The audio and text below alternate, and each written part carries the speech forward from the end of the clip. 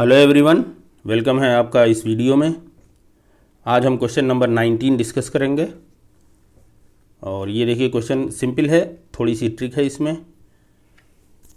Trick क्या है, बल्कि एक फार्मूला है जो नॉर्मली हम लोग जानते हैं, बट उसका एंगल हम लोग नहीं समझ पाते हैं।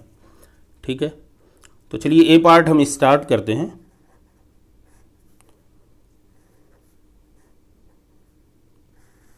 और इंटीग्रेशन की ये वीडियो जो है, ये क्लास 12 स्टूडेंट, वो सीबीएसई बोर्ड हो या यूपी बोर्ड या कोई और बोर्ड हो, सबके लिए यूज़फुल है। डिप्लोमा के स्टूडेंट हैं या बीबीए, बीकॉम, बी के जो स्टूडेंट हैं, बी फार्मा के स्टूडेंट हैं, उनके लिए भी ये वीडियो यूज़फुल है। ओके, तो अपने दोस्तों तक इसको शेयर करिए, जो दोस्त इस फील्ड के आपके हैं। और चैनल पे अगर आप नए हैं तो सब्सक्राइब कर लीजिए। और बहुत सारे क्वेश्चन कराए जाएंगे ताकि आपको सारा कॉन्सेप्ट जो है वो इसका क्लियर हो जाए। ओके, तो चलिए हम स्टार्ट करते हैं। क्वेश्चन नंबर ए है 1 माइनस कॉस एक्स। अब देखिए, बेसिक इंटीग्रेशन में हम क्या करते हैं कि हम इसको फंक्शन को हम सिंपल करते हैं और उसको सिंपल करते हुए ऐसा लेके आते हैं सॉल्व करते करते कि वो हमारा फार्मूले पे वो आ जाए, फिट बैठ जाए। किसी फार्मूले पे जो हमारा नॉन फार्मूला है उस पर फिट बैठ जाए। तो हम देखिए यहाँ अंडर रूट है, तो सबसे पहले कोशिश करेंगे अंडर रूट को रिमूव करने की। तो अंडर रूट रिमूव होगा जब ये कोई एक सिंगल फंक्शन नॉर्मली हो, या तो ये स्क्वायर बन जाए तो रिमूव होगा, या ये जो हमारा सिंगल फंक्शन हो तो कुछ हम सोच सकते हैं। अब यहाँ तो 1 माइनस कॉस एक्स है, तो कुछ ऐसा फॉर्मूला हमको याद नहीं आ रहा है कि हम क्या इसको करें। तो हमको ध्यान देना होगा, हम यहाँ पे आपको लिखते हैं फॉर्मूला। ये क्वेश्चन का पार्ट नहीं है, इसको ऐसा नहीं कि आप एग्ज़ाम में करेंगे तो आपको ये वाला भी लिखना होगा। एग्ज़ाम में आपको ये चीज़ नहीं लिखनी है, ये तो आपको यहीं पे डायरेक्ट लिखनी है। हम आपको बता रहे हैं, देखिए आपने जो फॉर्मूला पढ़ा है cos 2x, ठीक है, तो हम इस क्वेश्चन के रिस्पेक्ट में हम वो फार्मूला बताने जा रहे हैं कि जो cos 2x के 3 फार्मूले होते हैं। तो यहाँ पे जो हमारा सॉल्व होगा वो वाला हम बता रहे हैं। आपने उसमें एक फार्मूला पढ़ा है 1 minus 2 sine square x. Okay, 1 minus 2 sine square x, देखिए ये फार्मूला आपने पढ़ा है। अब इस फार्मूले में ये समझिए, यहाँ अगर जो हमारा है, ये देखिए जो x हमारा ये 2 से मल्टीप्लाई अगर है तो यहाँ वो सिंगल हो जाएगा। मतलब अगर ये डबल है तो यहाँ वाला जो हमारा एंगल है वो सिंगल हो जाएगा। मीन्स यहाँ पे जो भी वैल्यू है उसकी हाफ वैल्यू यहाँ पे लिखी जाएगी। तो यही इसका कॉन्सेप्ट समझना है कि ये जो हमारा 2x है इसकी हाफ वैल्यू यहाँ पे हो जाएगी। तो अगर हम ये समझ लें, अब अगर यहाँ पे 4x होता है तो यहाँ 2x हो जाएगा। यहाँ सपोज 8x होता है तो ये 4x हो जाएगा। तो अगर यहाँ x हो जाए तो ये x/2 हो जाएगा। बस यही हमको समझना है। तो अब देखिए, अब इसको हम कर सकते हैं, this is equal to integral under root. तो हम यहाँ पे ये वो वाली बात लिखते हैं कि अगर cos x होगा तो ये हो जाएगा 1 माइनस 2 साइन स्क्वेयर x/2। ये हमारा फार्मूला हो जाएगा, x/2 के फॉर्म में आ जाएगा। क्लियर है? तो अब देखिए क्या हो जाएगा, this is 1 minus 2 sine square x/2 dx। Okay, अभी हमारा फार्मूले काम खत्म हो गया, तो इसको हम ब्लॉक कर देते हैं। ये आपको आप एग्जाम में किनारे लिख भी सकते हैं, नहीं भी लिखें तो वेल नोन है। अगर आपने यहाँ डायरेक्ट लिख दिया है तो भी कोई दिक्कत की बात नहीं है।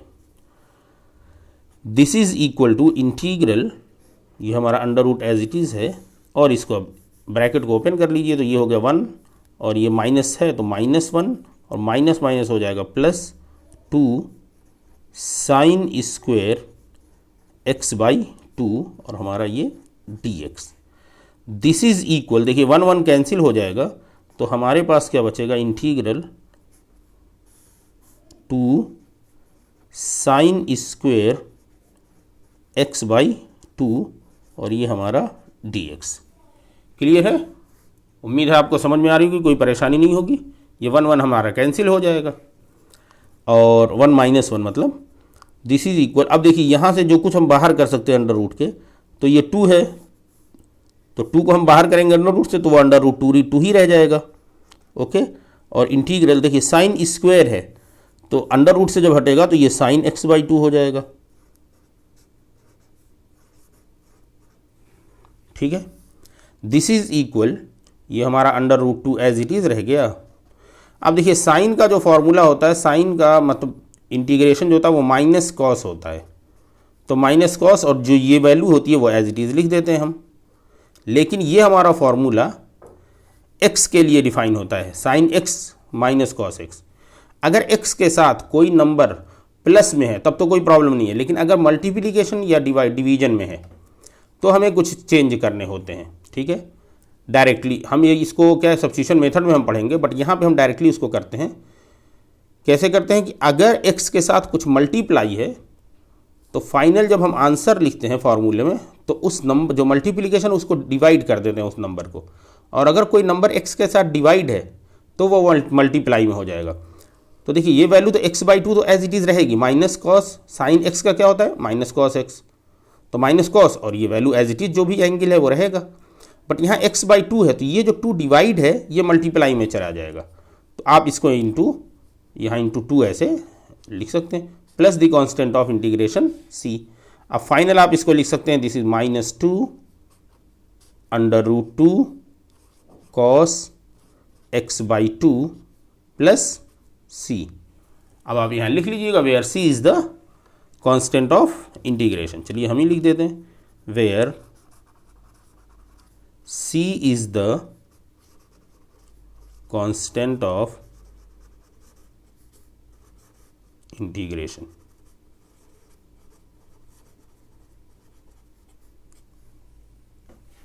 ओके, फिर से समझ लीजिए। बेसिक ये है कि यहाँ पे देखिए cos 2x होता तो आप सिंपली आपको ये फार्मूला याद आ जाता, बट cos x है तो सिंपली x/2 कर लीजिए। ये आपको ध्यान रखना है बस, बाकी सारी प्रॉब्लम बिल्कुल सिंपल हो जाएगी, स्ट्रेट फॉरवर्ड प्रॉब्लम है। साइन का क्या होता है cos x, तो cos x की जगह x/2 आपने लिख दिया, बट ये x/2 है इसलिए यहाँ डिवाइड है 2 से, तो जब आंसर लिखेंगे तो ये तो x/2 रहेगा cos के साथ, लेकिन ये 2 डिवाइड है ये एडिशनली और मल्टीप्लाई हो जाएगा साथ में। ठीक है, तो ये हमारा ये माइनस यहाँ हो गया, ये 2 हो गया √2 और cos x/2 plus c as a constant of integration. ठीक है, चलिए उम्मीद है ये सवाल आपको समझ में आ गया होगा। इसका बी पार्ट भी कर लेते हैं, बी पार्ट भी सेम ऐसे ही है। तो चलिए बी पार्ट इसका हम करते हैं, 1 प्लस cos x का √ है उसको इंटीग्रेट करना। बी पार्ट हमारा है integral √1 plus cos of x dx। देखिए ये हमारा है। अब हमें इसको इंटीग्रेट करना है, तो इसको इंटीग्रेट करने के लिए इसको सिंप्लीफाई करना है, तो आपने √ लिखा 1 प्लस। अब यहाँ पे हम आपको वही फिर फॉर्मूला हम आपको याद दिला दें कि आपको यहाँ फॉर्मूला क्या लिखना है। देखिए cos 2x का आप लोग फॉर्मूला जो जानते हैं वो क्या जानते हैं, थोड़ा सा मैं इधर कर लूँ। cos 2x का फॉर्मूला इसके पर्पज़ से, वैसे 3 फार्मूले होते हैं, पहला तो हमने पहले वाले में बताया। एक फार्मूला यहाँ पे जो यूज़ होगा वो होता है 2 cos स्क्वायर x - 1। ठीक है, ये फार्मूला होता है। तो देखिए यहाँ 2x है तो यहाँ x हो गया, तो अगर ये x हो जाए तो ये हो जाएगा 2 cos स्क्वायर। देखिए डबल है तो यहाँ हट गया, डिवाइड हो गया, ये 2 गुना है तो ये सिंगल बचेगा, तो ये x है तो ये x/2 हो जाएगा -1। यही आपको याद रखना है बस। तो अब यहाँ पे देख लीजिए क्या हो जाएगा 2 cos स्क्वायर x/2 -1 और ये आपका dx। बस ये हमारा फार्मूले का काम ख़त्म हो गया। This is equal integral 1 plus 2 cos square x/2 -1 और this is dx। This is equal to integral, देखिए 1 और -1 कैंसिल हो जाएंगे तो हमारे पास बचेगा 2 cos स्क्वायर x/2 dx। अब ये हमारा जो 2 है वो √ में 2 है, तो 2 का कोई ऐसा स्क्वायर तो नहीं, 4 होता तो 2 कर देते हम, तो ये √2 ही एज इट इज़ बाहर कर दीजिए आप।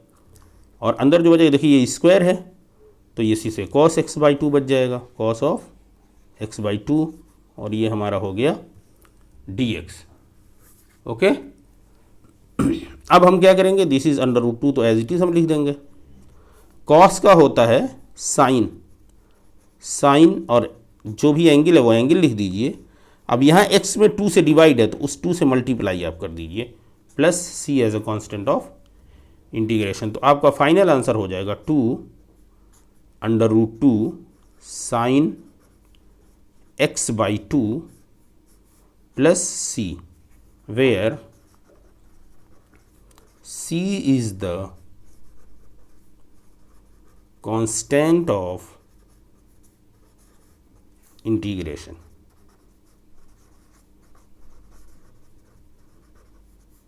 ठीक है, अब यहाँ पे हम फॉर्मूला लिख दे रहे हैं, हमारे पास स्पेस बच रहा है तो फॉर्मूला हम लिख दें ताकि आपको समझने में आसानी हो। देखिए फॉर्मूला इसके पर्पज से हम कहें कि इंटीग्रल, हमारे पास जो फॉर्मूला है इंटीग्रल cos x dx जो होता है वो cos का हो जाता है sin x, ओके, और प्लस c हम यूज़ कर रहे हैं, plus c as a constant of integration होता ही है। अब अगर ये हो जाता है cos ax अगर हो जाता है और dx ये हो जाता अगर है तो देखिए cos का तो होता है sin, तो sin ax हो जाएगा एज इट इज़। ठीक है, बट ये a मल्टीप्लाई x में तो ये डिवाइड भी हो जाएगा प्लस c, ये हो जाएगा फॉर्मूला।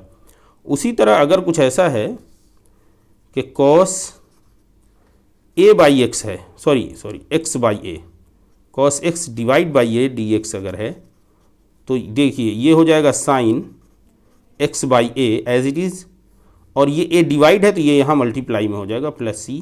तो ये समझने का तरीका है, बेसिक फार्मूला तो हमारा यही है। ये हमारा अगले चैप्टर हम पढ़ेंगे इंटीग्रेशन सब्स्टिट्यूशन मेथड से, तो वहाँ से हमें ये बात समझ में आएगी।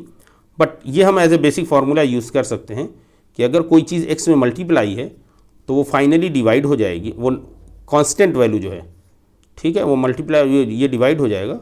और अगर कोई चीज़ डिवाइड है x के साथ तो हम फाइनल आंसर में मल्टीप्लाई के साथ लिखेंगे, बट ये x upon a as it is रहेगा, इसको चेंज नहीं करना है। ओके, तो यही समझने की बस बात है। चलिए, उम्मीद है आपको वीडियो समझ में आ गया होगा। तो अगली वीडियो में फिर मिलते हैं, तब तक अपना ख्याल रखिए, सुरक्षित रहिए और चैनल को अपने दोस्तों तक शेयर करिए। ओके, और अपने कमेंट्स दीजिए, लाइक करिए वीडियो को। फिर मिलते हैं, गुड बाय।